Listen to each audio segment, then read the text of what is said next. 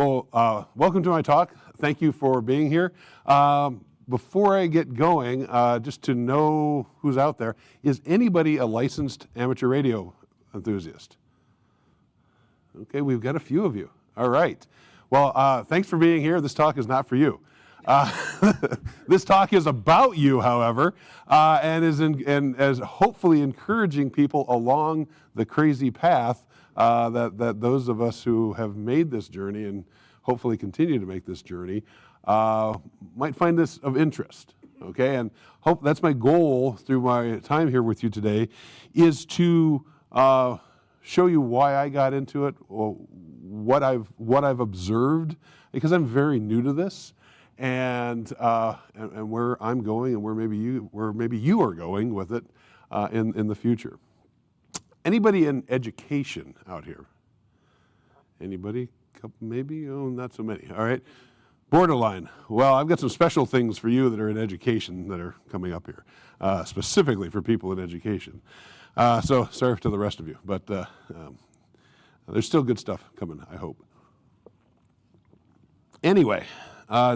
To begin with, yes, my amateur radio journey, I thought had this thought last year when I got into this, and I thought this would be a decent topic somewhere because the subtitle of what the heck did I get myself into, I think really goes along with this. And I hope you will see that as well. My name is Mike Witkowski. My call sign is KE8YUJ. As a registered ham radio licensee, anybody who is registered, they get their own call sign. I've not taken advantage of my ability to get my own custom call sign. I have the extra license, which is the third tier, the highest tier you can go, where you can do that. And I've decided, I haven't done it yet, but you know, it's part of the journey. But so right now, I am KE8YUJ Mike. Okay, so why me and why not you? Well, it could be you. All right, I'm nothing. That's me, by the way, in the picture.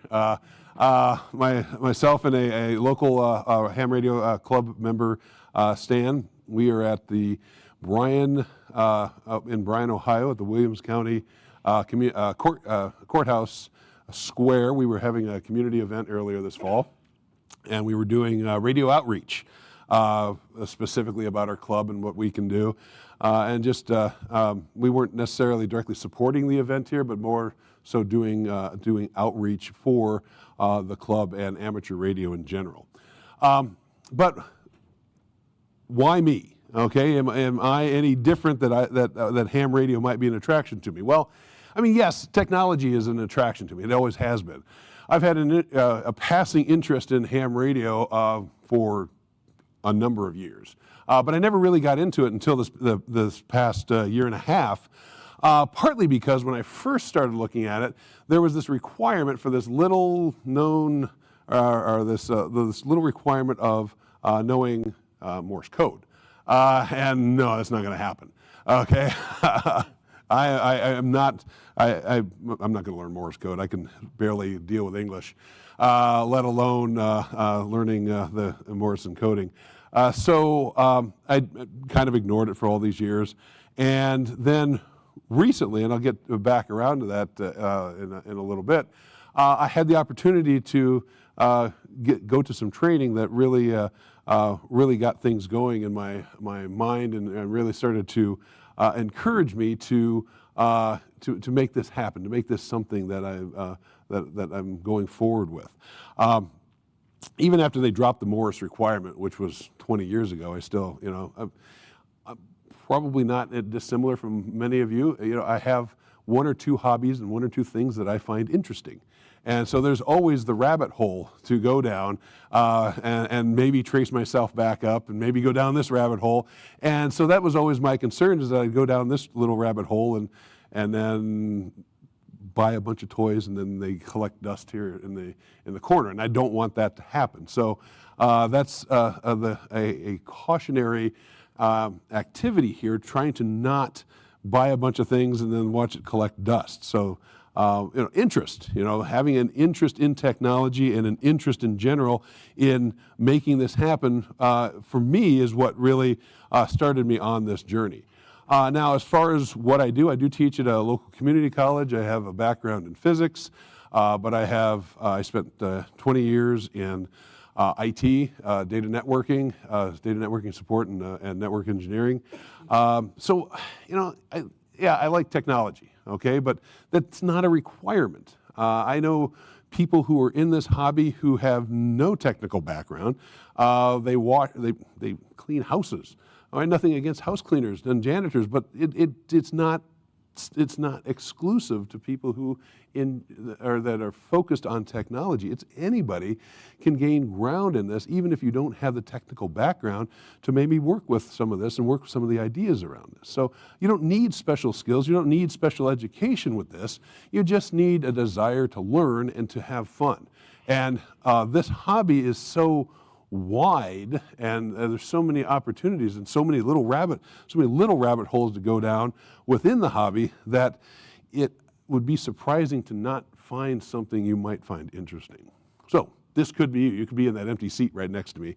Maybe not you can come to Bryan, Ohio if you want. We're not a whole lot there, except for the Spangler Candy Company. You can get some suckers while you're there, some dum-dums, and enjoy the water tower, which is painted up like a bunch of dum-dums. But other than that, not a whole lot in Northwest Ohio. All right, so why here then? Well, first of all, I thought people would find this interesting. Okay, and by the way, as a sub-note here, speaking of interesting, one of the many aspects of this crazy hobby is that we are currently at Grid Square EM89LX. If you've never heard of Grid Square before, then that's part of it. All right, how do we segregate the entire world to tell people where we are? Grid squares, it's a thing. Check it out. All right, we'll leave that one up to you. But the other thing about the amateur radio is the passion that people exhibit within this hobby is equal to the open source community. Every open source conference that I've been to, what do you guys want to do? You want to talk about your projects. You want to talk to other people about your projects. All right, that is what we're here for. And you go to a ham radio conference, you go to a ham radio swap meet, it's the same thing. Now, they might be speaking a language that might seem foreign to you at the time, but as you gain more traction and more experience in the world, you see that our passions are there. They're just focused and redirected somewhat. Also, open source tools. There's a variety of open source tools that are used. There's a collection of tools that are paid for, but because the hobby in general has the back-end requirement that the communication itself has to be free. You can't take money for passing on communication across the ham radio airwaves. You take every moment you can, or every little bit you can, to keep your costs down. Plus, if you're spending a couple $1,000s on a really cool radio, and we don't even want to talk about the tower you just put in the backyard, having access to free and open source software is a good thing. Plus, people have enough passion around a lot of these ideas that they are just writing software and creating protocols that are freely available. Right, like the WhisperNet is one of the concepts that was developed by a professor in Princeton who was tracking quasars, I believe it was, and analyzing deep space signals. And he realized he could turn that on around and look at signals coming in from ham radio broadcasts around the world and pick out the signal from the noise in ham radio broadcasts, and created a WhisperNet, which software which allows you to take weak signals and pull the data out of those. Pretty cool. But again, another rabbit hole as part of the entire interpretive whole of the project. All right, so how did I personally get here? Well, so besides having a passion and an interest for technology in general and science and engineering, last year, I had the opportunity to attend, because of my status as an educator and because I work with STEM, K-12 STEM, even though I'm at a community college, I still have the opportunity to do STEM outreach with K-12 students, plus teaching and technology in general. The ARRL, which is the American Radio Relay League organization, it's the main body for the United States that coordinates excuse me, ham radio operations and is just a wealth of resources for ham radio. It's definitely a place to start. Not the final word by any means, but definitely a place to start. They sponsor teacher institutes, and so they are actually this year they've just created their third level teacher institute. They ran that as a test this past fall with a test group. But I have been to now level Tier 1 and Tier 2 last year and this year, and they start out last year with Tier 1. We did basic radio technology. Putting radio technology into the classroom was the whole goal of the Institute. And as part of it, they wanted you to get licensed because you got to take home a bunch of swag, part of which you had to be a licensed operator to be able to use some of it. Like, for instance, this little thing right here. If I have not plugged this in yet, but this would broadcast on a frequency that is only allowable by holders of ham radio. It's got my call sign tagged to it so that it broadcasts that out in Morse every 30 seconds. And so I'm responsible for that. This would be part of what's called a fox hunt. This would be the fox that you would be hunting with amateur radio gear. The nice thing is you have to have a license to be able to operate this and to transmit, but you don't need a license to receive it. So you could work with a collection of elementary or middle school students, give them a bunch of inexpensive handheld radios, and let them find the fox. So it's a great tool for STEM outreach. So that's part of the training that I got to participate in. It's relatively free. There was a nominal cost to register for it, and then they pay all the travel cost, your week. I did it in Dayton last year and Connecticut this year, and it was minimal output on my part because of their education program and donations into that.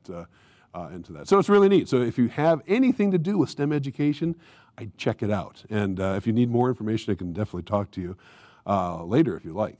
Also training manuals, okay? The ARRL, this is the technician manual, all right? Everything you need to know to pass the test. Now, depending on who you talk to about the test, they've made it a little easier over the years to take the test because it's a known question pool. Now, granted, the question pools are several hundred questions, and for the technician's test, you're only asked 35, a random poll out of 35 questions.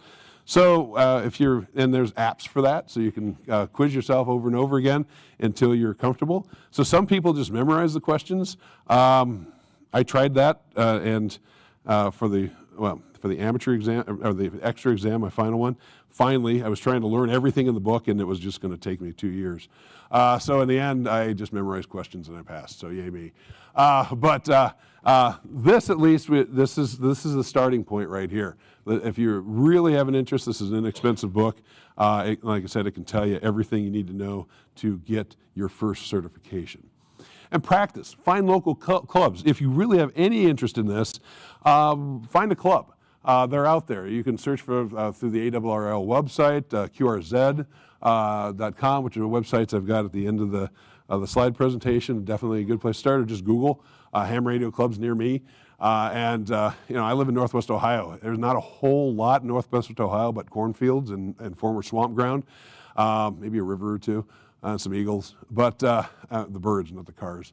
But there's 3 radio clubs within fairly easy driving distance for me. So I belong to 2 of them just because I'm not limited to the number of clubs, but it gives me people to talk to, all right, people to interact with locally, because I've still got a lot of questions and many, many questions. I'm not an expert by any means. And I'm really still learning in this space. I understand the technology, but the action, the putting it into functionality, it's been a fun trip, and there's more to come.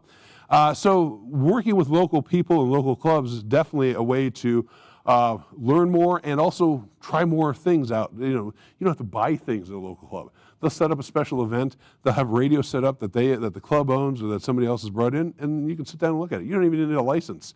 If you've got a licensed operator next to you, they can be responsible for you broadcasting, and you can try it out. It's very worthwhile if you've got the interest. All right, so what is ham radio? Now that's a question. When my wife first asked this, when I started talking about doing this training, that was a question to work on, because I really didn't have an answer for her, and nothing that really satisfied her. Which, and I think she actually attended the training with me, as far as just she took the advantage of the free hotel room, and we would talk every night after the training, and that was good for her, because then she started to understand at least what I was doing. Whether or not she understood why I was doing this is a different story, but you know, we can always say that. But ham radio in general is a diverse group of people. Okay, there's a collection of different paths that you can go down. There's a number of different activities that you can do with this, and I'll get to a few of them in a little bit. But what it comes down to is that you've got this group of people that are interested in radio.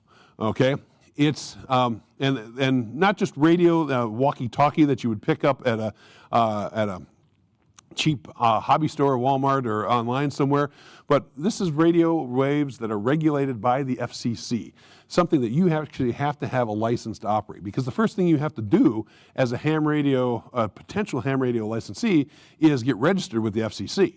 All right, so you are a known radio operator. So if you're trying to hide under the radar, too late. All right, you have to actually register as you with the FCC. Then once you're registered with the FCC, then you can test for one of the exams.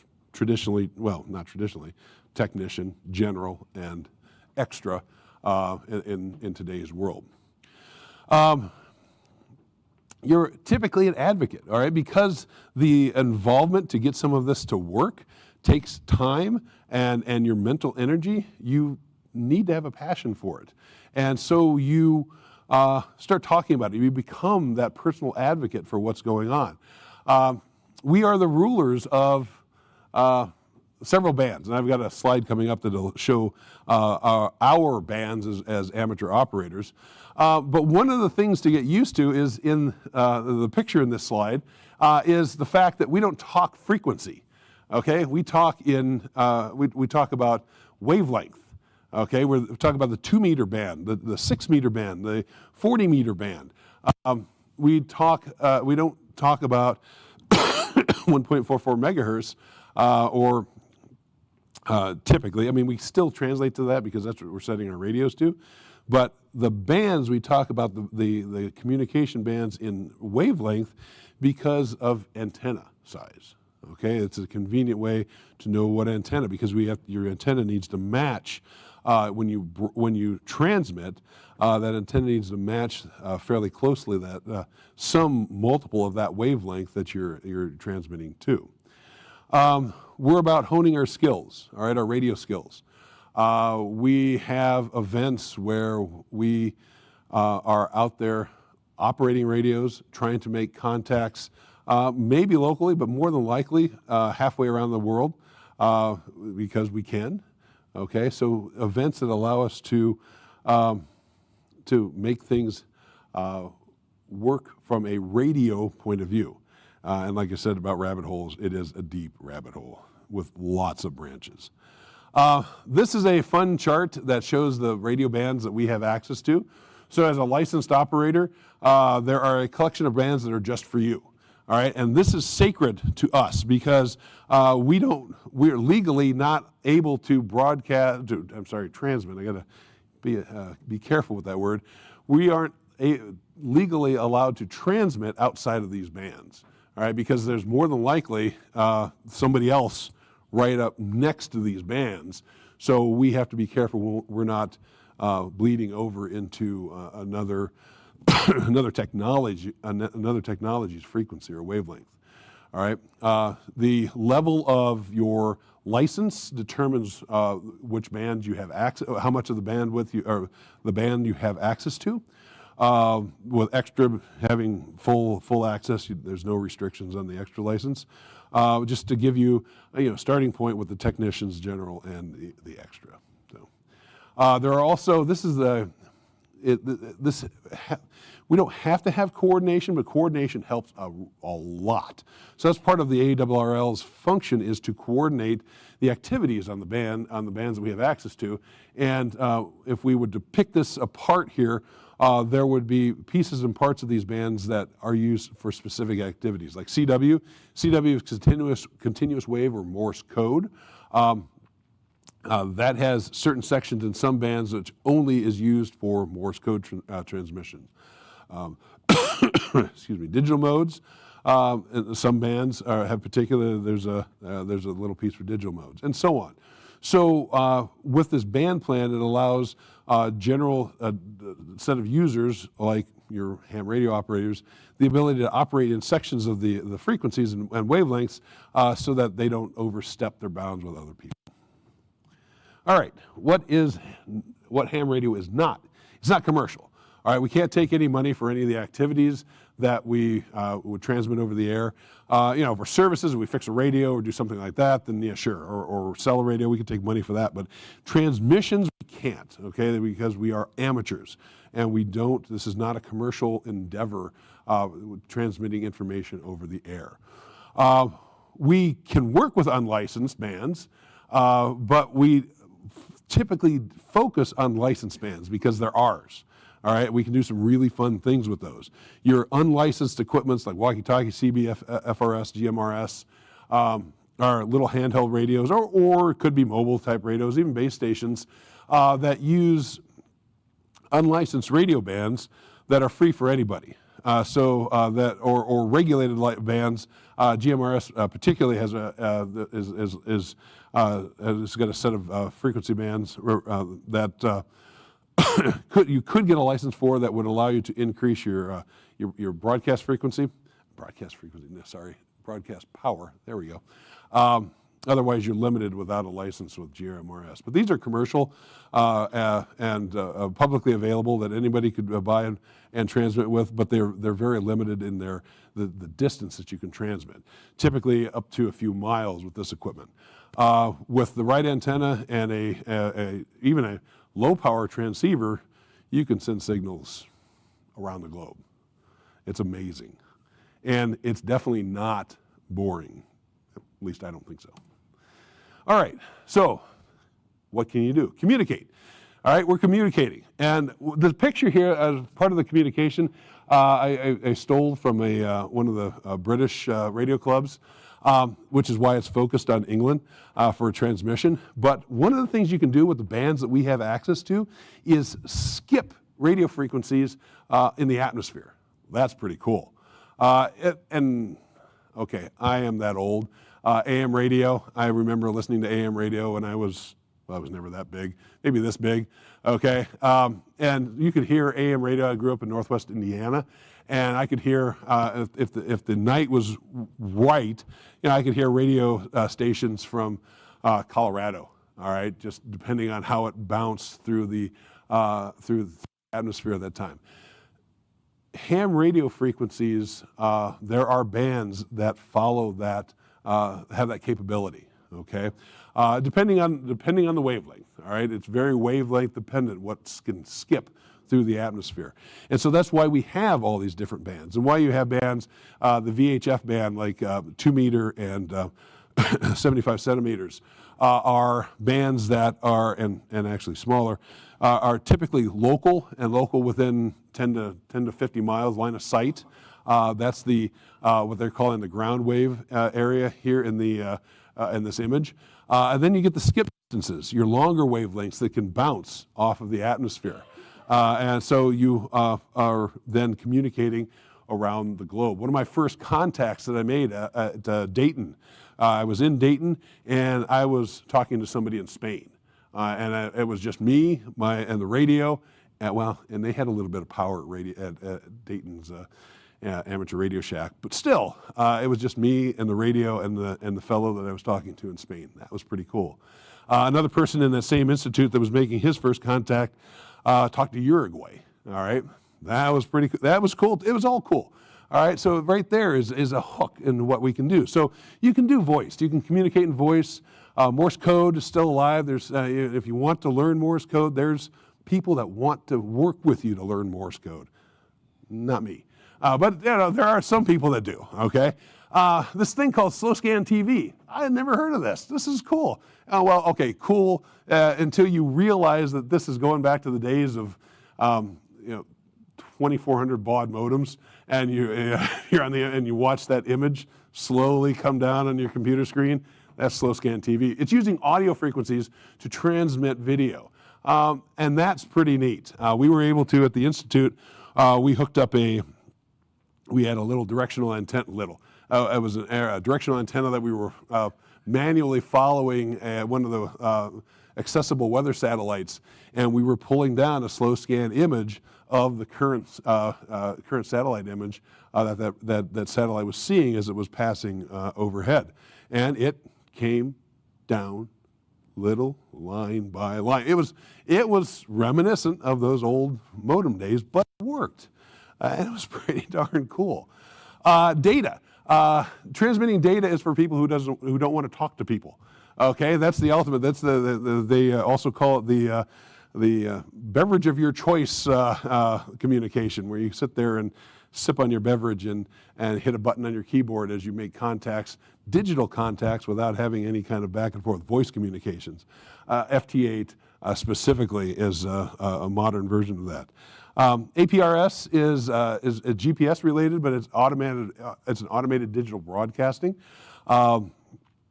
that is typically thought of with GPS broadcasting, but you can also tie radios to this to broadcast within an APRS net to make your own weather buoys, for instance, or broadcast out a balloon that you've launched in the air and use the APRS repeater system to send that signal out, and then it will. There's an APRS repeater network around the world that can latch onto that signal hopefully at some point, and transmit your information into a collection site. So that's pretty cool. Other hams, okay, who are you talking to? Of course, other hams, but what are you talking about? Radios, okay, or whatever you want, okay. There are nets that get formed typically by interested in like-minded individuals or ham radio clubs that are just basically the opportunity for people to get on the air and talk. Okay, use your radios. That's what it's all about, is using your radio and getting familiar with broadcasting your signal, transmitting your signal out and about. One thing is, anybody can talk on this, so it's usually recommended to keep it clean. Doesn't mean that foul language and other off topics aren't necessarily covered, but it shouldn't be. Okay, this should be a family-friendly environment, and if you ever get the opportunity to go on the air, keep it that way, please. Appreciate it. Keep that going. All right, what else can you do? Well, I teach electronics. One of the classes I teach are electronics and microcontrollers, and I have my students as part of a final project. I have them go out and find their own project, and search websites or get something off of a book and build and explain to this in the presentation how this works. And until I took this training and got familiar with ham radio, I didn't realize how many websites were actually operated by ham radio people who were actually interested in electronics and showing projects that they did. I didn't look that deeply at it. And then when I realized, oh wait, that website is their call number. Light bulb, okay? But you don't have to have an enthusiasm for electronics, but if you do, you got company, okay? And building your own radio, building your own antenna, building your own system to control all this stuff, it's out there, okay? There's a community in this of people that share that interest. A little bit of web searching, a little bit of discussions on the net, who knows?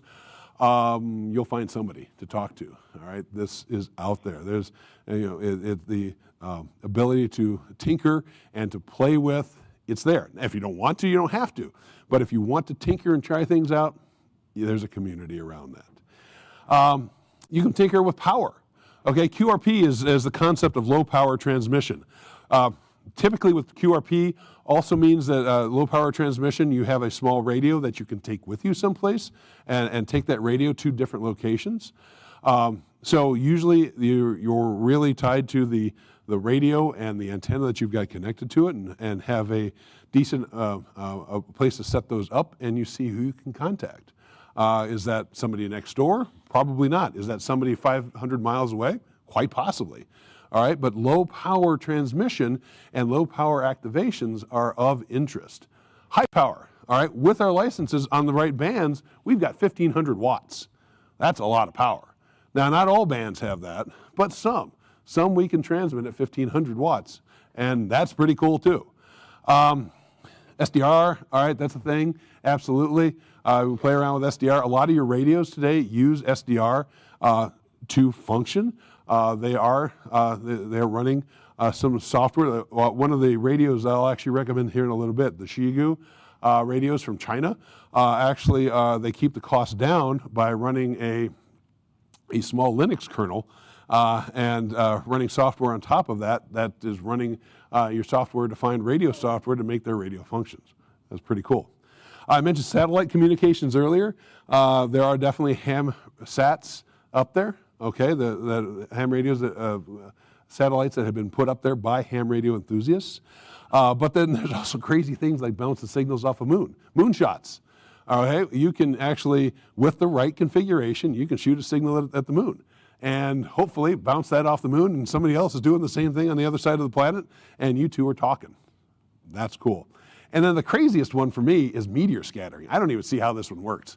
But apparently it's a thing, whereas you have the predictive model for meteor showers coming in, and there's this, it disturbs the atmosphere just enough right after the meteors come down that if you time it just right, you can bounce your signal off of a meteor scattered event. And that one I'm still scratching my head over. And if you know how that works, then maybe we can talk offline some way.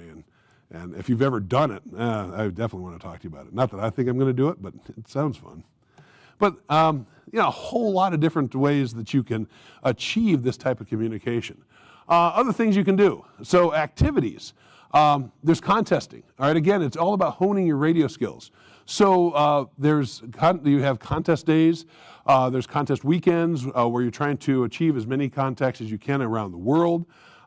There's one of my favorite concepts is Parks on the Air, POTA. National Parks on the Air is actually where POTA came from, but Parks on the Air is where you take your equipment within a state park or a national park and you transmit from that your location, you activate on that location, and you have people who are trying to contact you then, and you track those activations, and those activations, if you get 10 activations or 10 contacts, that counts as activating the park. So that is an event that allows you to take your radio, you've got to provide power, you've got to have a decent antenna to make these types of contacts. Plus you also have the ability to contact people as well, or people looking for you. So the hunters are important there as well. Summits on the Air, this one's out of reach for me. I'm not going to hike to the top of a mountain and set up a radio, but those that do, good for them. But you're backpacking a radio up to, it doesn't have to be a mountain, but a summit of a big hill, that could be. So maybe there's a trailhead a mile down the road and you've hiked up a trail and got to the top of the hill. Whatever qualifies there. But you're still packing the entire unit up to this summit and activating that point. Field day. If you have an interest in this, Field day is, I think it's the third weekend in June. Okay, thank you. Third weekend in June. If you've got a local ham radio club, they're doing something that weekend where they've got a location and they're setting up several events in that location where they're activating and talking about ham radio. They're not really contesting, but they're making contacts. They're doing outreach about ham radio and the ham radio technology during the field day, trying to get people interested and also, again, trying to hone their skills. Fox hunts, I mentioned that with this. This is part of the fox hunt. This is the fox right here, where you are looking for the fox. Now, if I were going to do this in a K-12 environment, I would typically hide this somewhere outside and then hand out my radios with the directional antennas. I was going to bring a radio today. I had it out last night, and it didn't make the trip. I don't know where it is. Now, on the plus side, I found something in the bag I took that I've been looking for the past 3 months. So, whatever. But the radio that I was going to bring was not in that bag. But at least I found what I was looking for from 4 months ago. But you could do this locally, but other clubs will take a much larger fox and go out somewhere, county-wide, and then you have the hunters out looking for the fox, driving around the countryside, trying to find where these people are. So you have to triangulate with directional antennas, trying to find the fox. So just fun activities like that. ARISS, the International Space Station. All astronauts that fly on the International Space Station are licensed ham operators, so that they can participate in communication typically with K-12 students. You can schedule a time with them. They have special events where they have flyovers, of course, because it's going around in a circle, and when it's on the other side of the Earth, it really can't do a whole lot with them. But when they're going overhead, you've got this window of opportunity to transmit to the astronauts up in the ISS and have a conversation with them. And so working with ARISS, it would be a very fun activity that you can bring into a K-12 environment as well. Public service, okay, emergency response. There are several organizations that are specific to ham radio. ARES and RACES are two of them. But you may have heard, because there was some traction here in recently with the Hurricane Milton and Hurricane Helene, where you had ham radio operators were the communication channels within those areas because your cell towers were down. So ham radio operators don't need cellular equipment to communicate. I was part of the discussion in our area back earlier this year with the solar eclipse.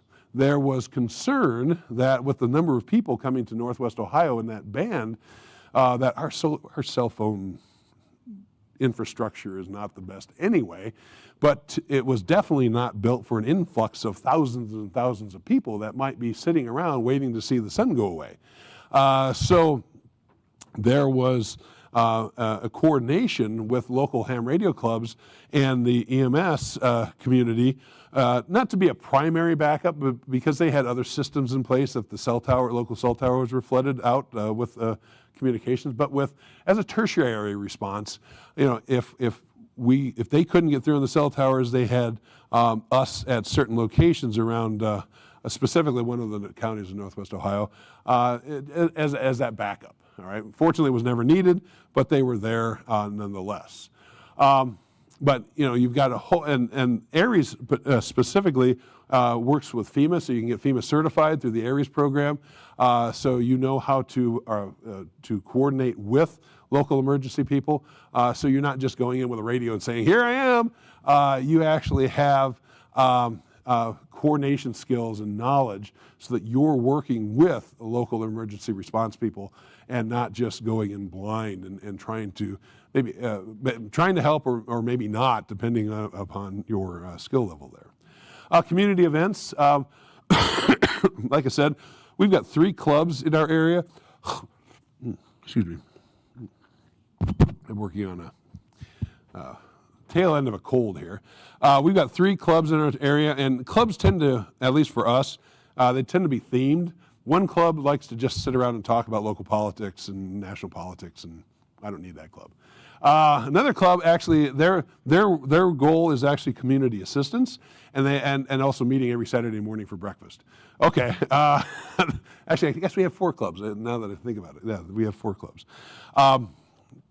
And I'm actually I don't go to the Saturday morning breakfast, but I do participate in some of their events.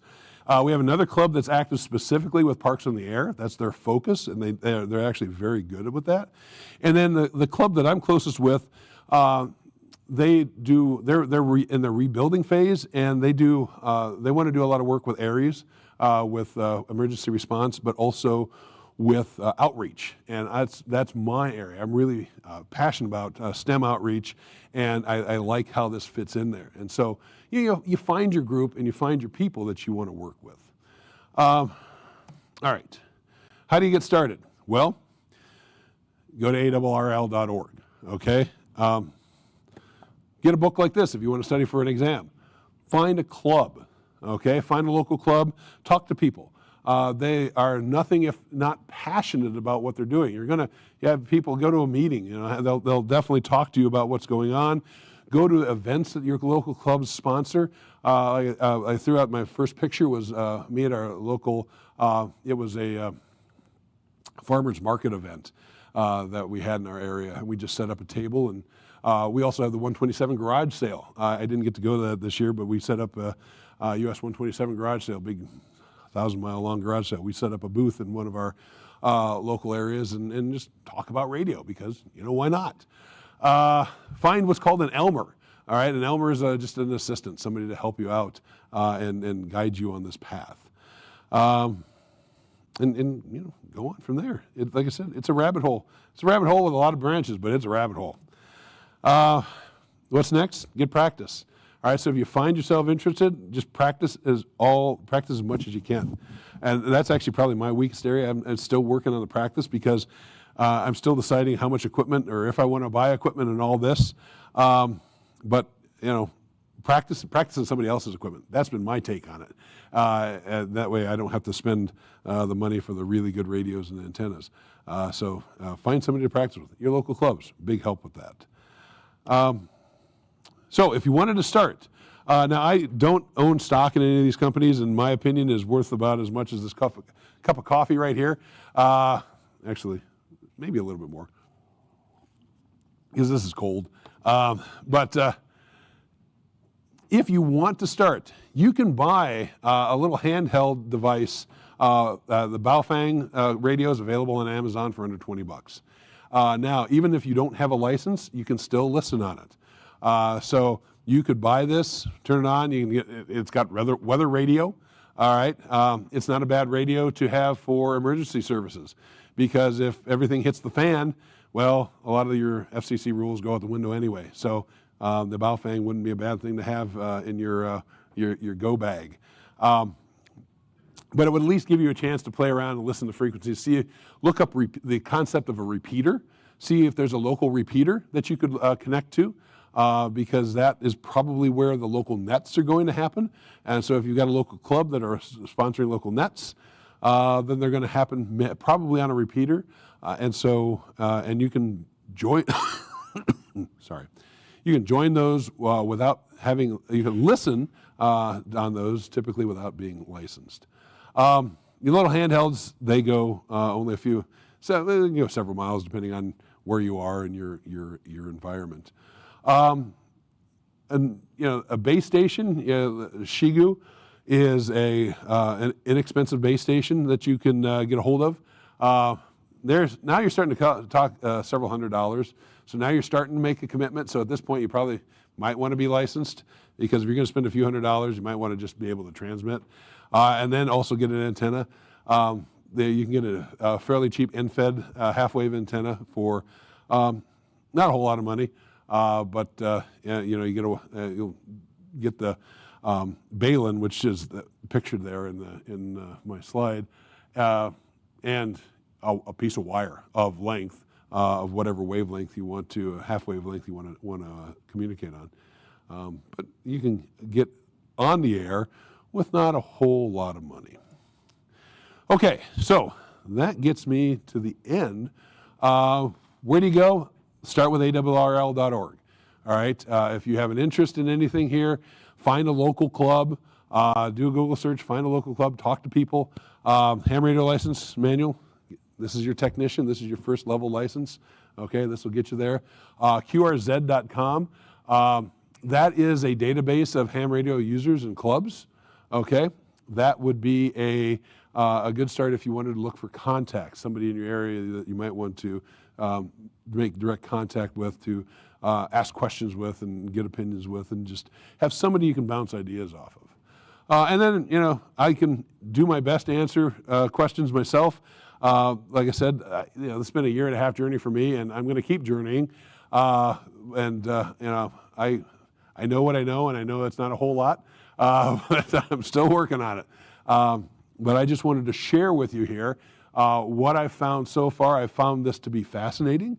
I find the outreach opportunities to be incredible, and I'm going to keep this up at least for the near term here to keep honing my skills, but also to use this as outreach opportunities to explore STEM concepts in the K-12 environment, because this is very open to communicating with younger adults, younger children, and particularly when we start talking about radio concepts, and it just ties right into electrical engineering, communication, and so many other things.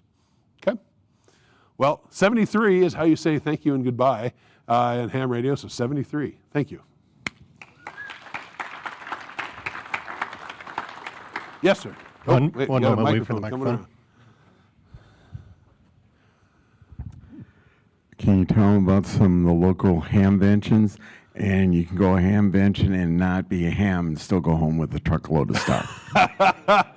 Well, I didn't know. That's another rabbit hole right there. Yeah, local hamventions. We are actually blessed here in Ohio. Dayton area, well, now it's Xenia. The Xenia Fairgrounds has one of the largest hamventions in the world, and has for a number of years. It's in second weekend of May, I believe it is. So we've got access to a huge hamvention. Yeah, and you don't have to be a ham to go there, because, but you do have to watch your wallet. It's like somebody was talking about Micro Center earlier. It's kind of like going to Micro Center, okay, or Adafruit.com. You're going to spend money because there's so many cool things there. But there's other smaller conventions around as well, hamventions, and do a Google search for it, and the ARRL site also tracks those as well to encourage people to come. Absolutely. Yes, sir. This is more of a comment, but in the Debian project, I sometimes help out their ham radio team, especially with software-defined radio stuff. Mm-hmm. And I'm not very far along in learning about radio yet, but if you just want to receive, or you don't want to fiddle with licensing, you just want to play with stuff fast and see what you can mess around with, I'd like to point out that in a lot of Linux distros, they have SDR software that's very easy to use. There's like programs like RTL 433 that can pick up signals from car key fobs. You just fire up the program and it does all the voodoo for you behind the scenes.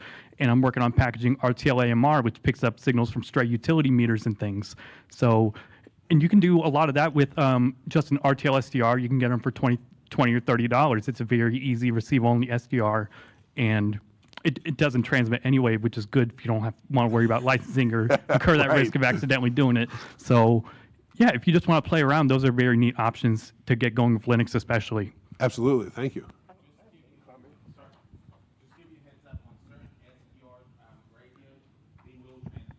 That's true. Live SDR is one I like. There's some higher-end ones, too. As he mentioned, the equipment that you can get, the Baofengs and stuff, they're like $30 for a good one. But with your Android phone, you can use something called Echolink day one. As soon as you get your license, you can get on there, and there's repeaters that go all across the country. So, yep. With no extra cost as to your license. Thank you. Oh. Yes, you do. Yes. Oh, I'm sorry. Also, when you was talking about Echolink, also look up D-Star and DMR. DMR is a internet connection on certain repeaters that you actually get a code from the DMR system that allows you to transmit like on Echolink side, but it's called DMR or D-Star. Is there any other questions? Looks like. Yeah, one more. Okay.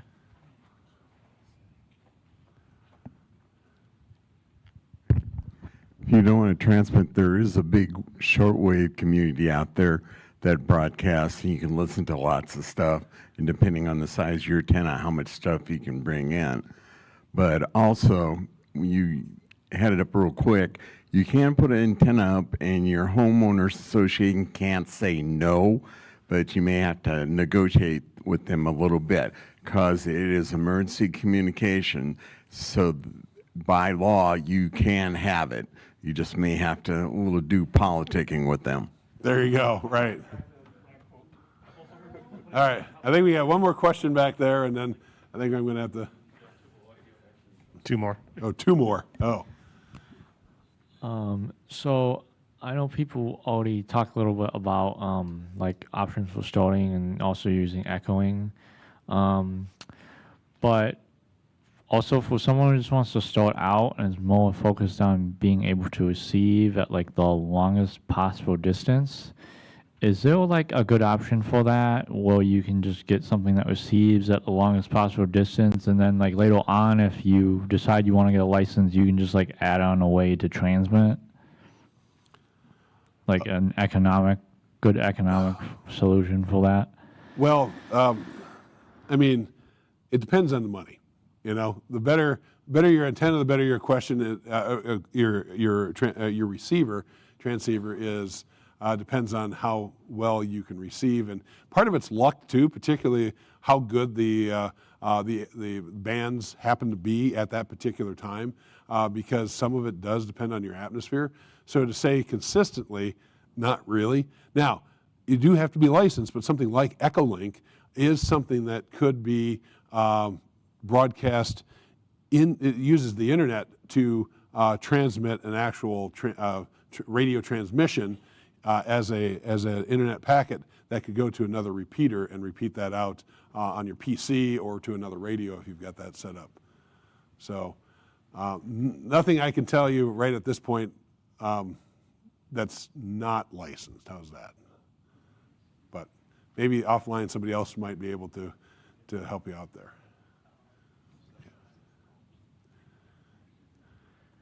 Can ham radios disprove the flat earth theory? I think it ties right into the flat earth. All right, that's because we've got reflectors at the edge. All right, thank you.